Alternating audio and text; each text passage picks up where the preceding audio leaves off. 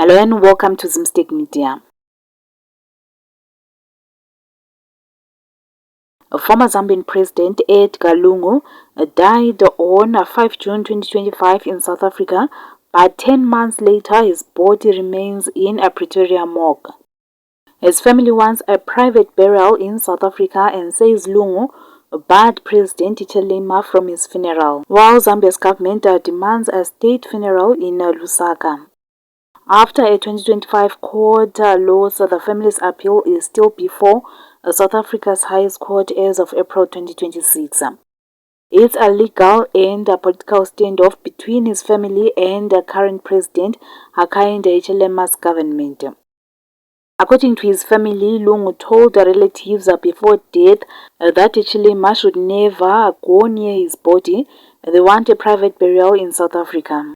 The two were rivals for years. In 2017, President Lungu jailed Hichilema for 4 months for treason. Now Hichilema is president and Lungu's family says he banned him from the funeral. On the other side, Zambia wants a state funeral with the full honors at Embassy Park in Lusaka, the official burial site for presidents. An empty grave is already dug there. Looking at the court timeline, on 8 August 2025, South Africa High Court ruled Zambia can repatriate the body for state burial.